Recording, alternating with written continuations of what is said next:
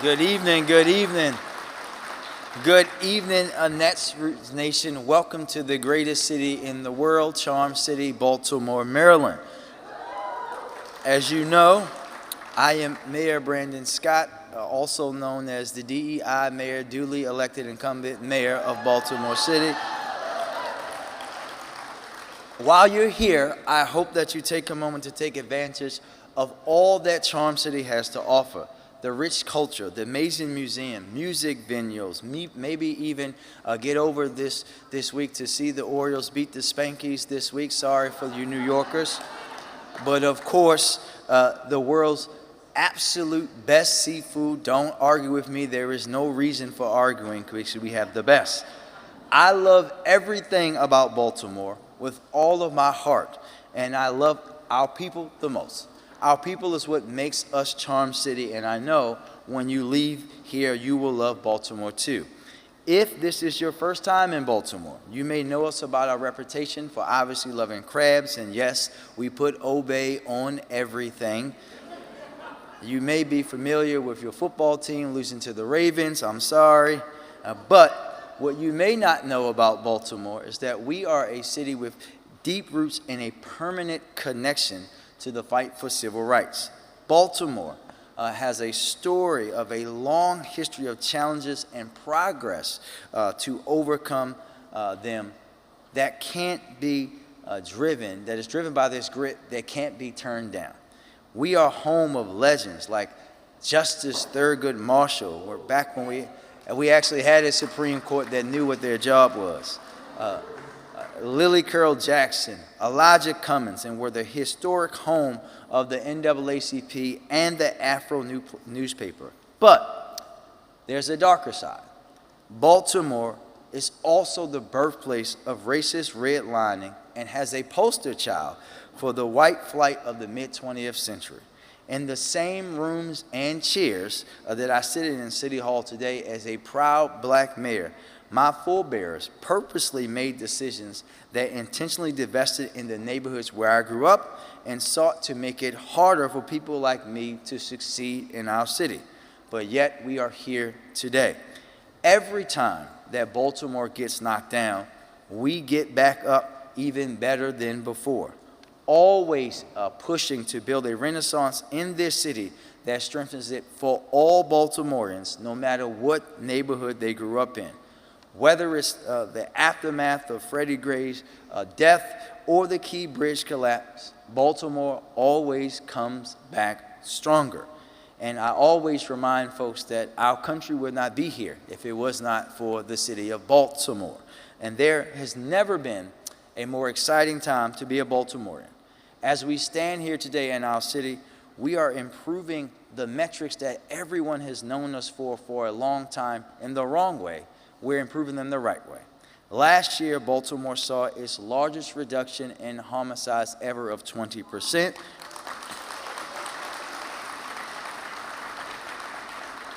And this year, we're beating that at 32%. But it's important to know that we're achieving that by not going back to the old broken policies of zero tolerance or arresting people for breathing while black, as I like to call it. We're doing it the right way. We are implementing our first ever comprehensive violence prevention plan that I implemented in 2021. And with that plan, we're making progress together with the community, working alongside violence interrupters and community activists who do that hard work each and every day. We are finally treating gun violence like the public health crisis that it is.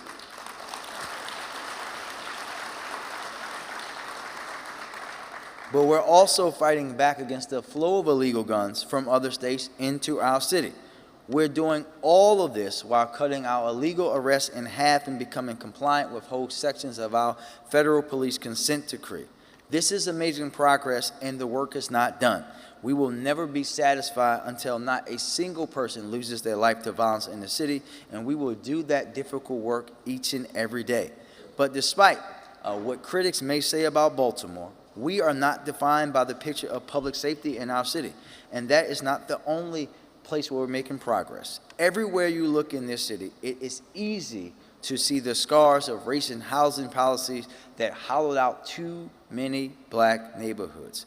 From the highway to nowhere, that is the textbook example of the destructive force that mid-century highway projects place on minority neighborhoods, where in Baltimore they built the highway and there is no highway, it's just a road. To our vacant housing crisis, the negligence of Baltimore's past leadership has left its mark on our city forever. But we're changing that history too.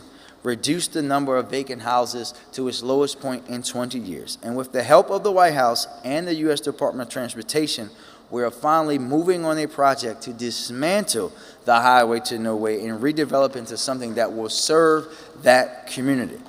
But we in Baltimore, after having the 8th fastest growing economy in the country last year, are truly poised to continue building the renaissance that is already happening here.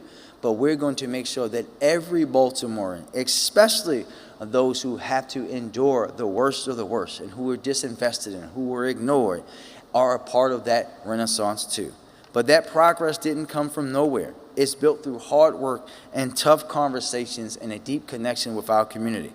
And Netroots knows a thing or two about that. This conference is about establishing connections and helping to build the movement that will move our nation forward to continue the march of progress that has been hard fought through blood, sweat, tears, lives throughout the history of this country.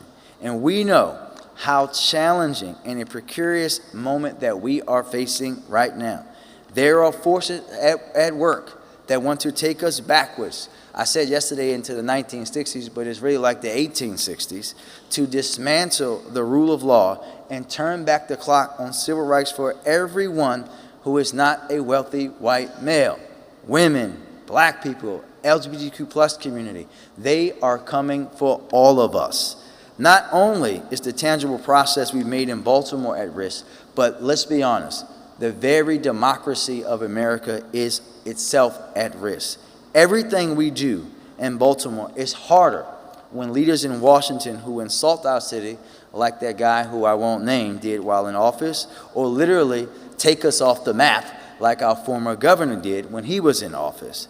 I was serving on the city council during both of their administrations, and I saw that impact firsthand. We had a former governor who walked into office, and his first major policy decision was to give back $1 billion to build a new subway line in Baltimore because he didn't think that we mattered enough to do that. We have a job to do, and we have our work cut out for us. Neither one of them deserves to serve in office again, and we cannot rest until they are beaten. I know you know that.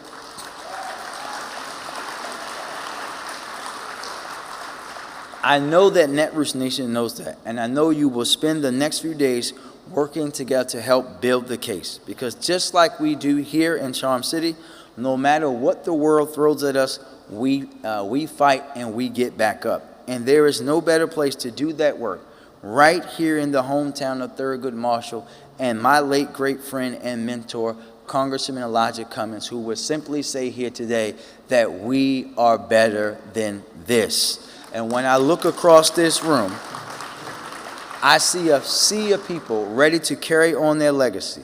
We are in this fight together, and I know that we will win because together we will show them what the true spirit of America's people is. And it is for everyone to have the opportunities to call this country, that calls this country home, to thrive each and every day, no matter where they come from, no matter how much money they make, no matter what color their skin, who they choose to live. We will push those folks back into the dark ages and allow us to continue to progress into the future. Thank you very much. Go O's, go Ravens, enjoy your crabs.